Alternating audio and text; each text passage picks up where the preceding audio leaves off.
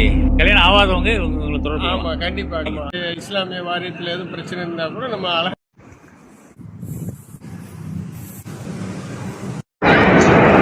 மஜ்ஜி நகராக வந்தேன். இவர் திருமணம் நடந்து கொண்டது. என் கூட இருக்கிறவங்க என்னுடைய பேர் வந்து அப்துல் ஹலீம். அப்துல் ஹலீம் என் கூட இருக்காங்க. பார்த்து ரொம்ப நாளாவது. இங்க கல்யாணத்துக்கு வந்தீங்களா?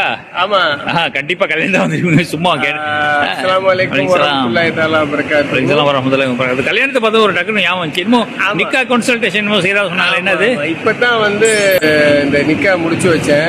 பொதுவாகவே வந்து மலேசியாவில் உள்ளவங்களுக்கும் ஓகே, முஸ்லீம்களுக்கும் நான் முஸ்லீம்களுக்கும் ஓகே, அதே மாதிரி மலேசியாவில் உள்ள மாப்பிள்ளை வந்து வெளிநாட்டுக்கார பெண்ணை கட்டுறதோ இல்லை மலேசியாவில் உள்ள பெண்கள் வந்து வெளிநாட்டு மாப்பிள்ளையை கட்டுறதுக்கும் நம்ம வந்து ஒரு கன்சல்டன்ட், நிக்கா கன்சல்டன்ட், அதாவது நிக்கா ஆலோசகர் அப்படின்னு சொல்லி ஆலோசகர் உங்ககிட்ட வந்தா நீங்க சொல்லி கொடுப்பீங்க.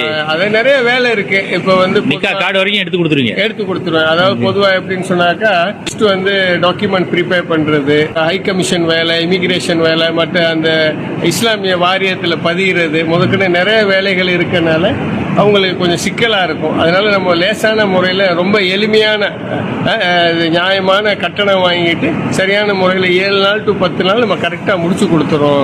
அஜி, உங்க ஆஃபீஸ் எங்க இருக்கு? செந்தூல் ராயால இருக்கு.